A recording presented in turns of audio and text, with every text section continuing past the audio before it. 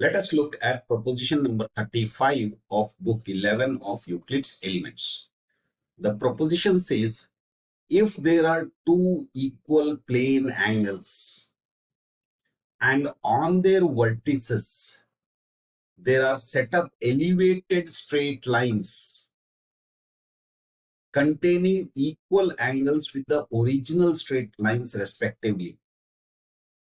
If on the elevated straight lines points are taken at random and perpendiculars are drawn from them to the planes in which the original angles are, and if from the points so arising in the planes straight lines are joined to the vertices of the original angles, then they contain with the elevated straight lines equal angles.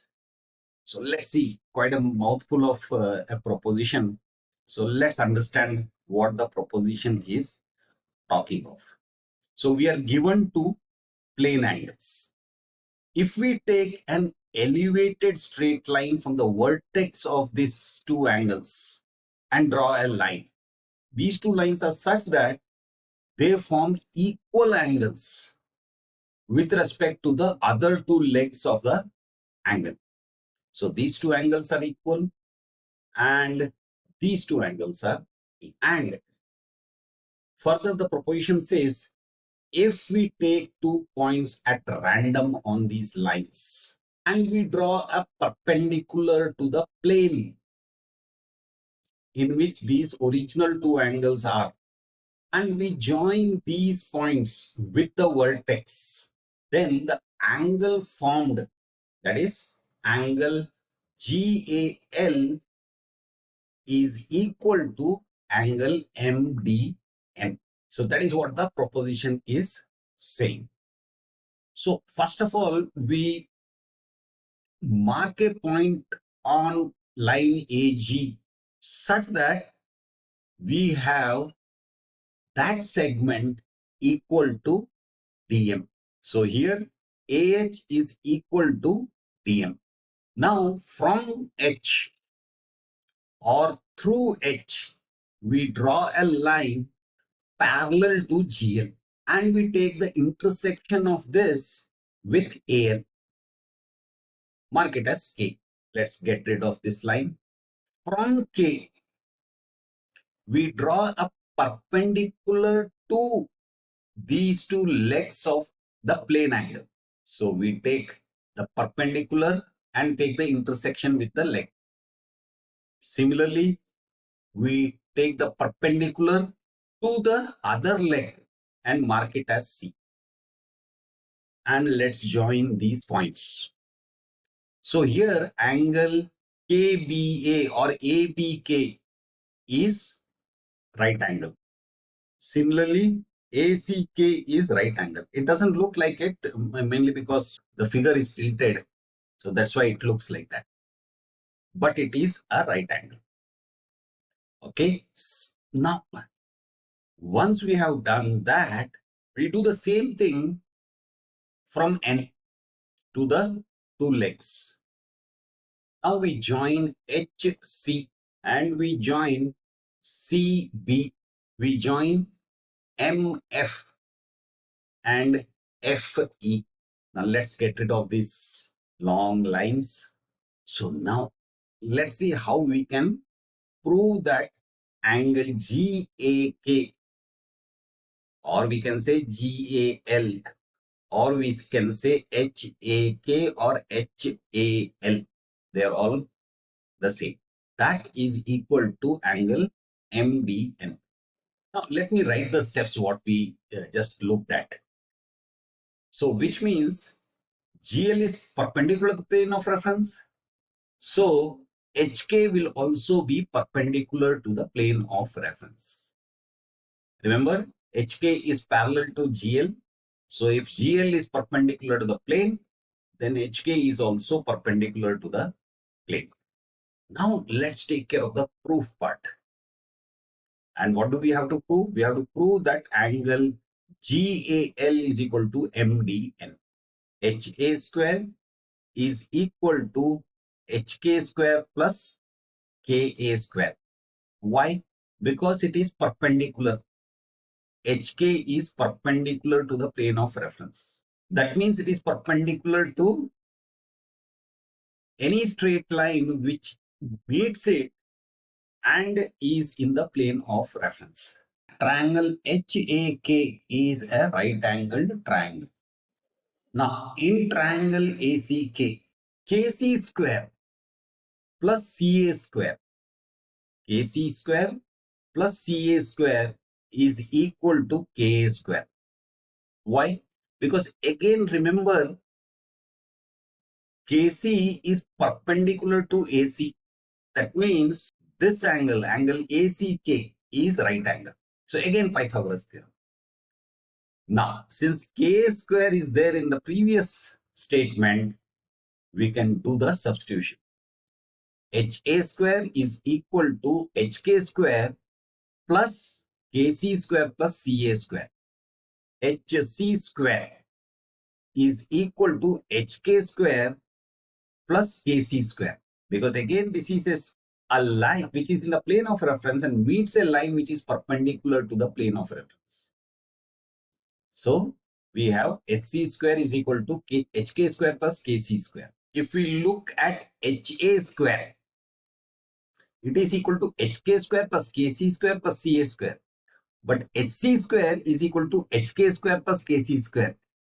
So which means HA square is equal to these two combines into HC square plus AC square. Since we have HA square is equal to HC square plus AC square, it means that angle HCA is a right angle. HCA. Similarly, we can show that angle DFM is a right angle. Triangle ACH is congruent to triangle DFM. Now, how can we say that these two triangles are congruent? Because angle HAC is equal to MDF, angle DFM is a right angle and ACH is a right angle, and we know that AH is equal to DM. So two angles, one side are equal in right angle triangles. So we can say that these two triangles are congruent. And if these two triangles are congruent, it means the other sides are also equal. So AC is equal to DF. Similarly, we can show that AB is equal to DE. Triangle ACB is congruent to DFE. How can we say that these two triangles are congruent? Because again, angle BAC is equal to EDF. AB is equal to DE. AC is equal to DF. So side angle side. And since these two triangles are congruent, we can say angle ACB is equal to angle DFE, which means angle BCK is equal to EFN. How? Because angle ACK is a right angle, DFN is a right angle. And since we have shown that ACB is equal to DFE, that means the remainders will also be equal. Similarly, we can show that angle CBK is equal to FEN. Triangle BCK is congruent to EFN. Now again, how can we say triangle BCK is congruent to EFN? Because triangle ABC is congruent to DFE. That means BC is equal to EF, which means one of the sides of triangle BCK is equal to a side of EFN, and angle BCK is equal to EFN, and angle CBK is equal to FEN. So angle side angle. And since these two triangles are congruent, we can say CK is equal to FN. Again, triangle ACK is congruent to DFN. How? Because angle DFN and angle ACK are equal. They are right angles. And AC is equal to DF and CK is equal to FN. So side angle side. Based on that, we can say that they are congruent. Now, if they are congruent, that means AK is equal to DN. Since AH square is equal to DM square, because remember AH was taken as equal to DM. So their squares will also be equal. AH square is nothing but HK square plus KA square. DM square is DN square plus NM square. So they will also be equal.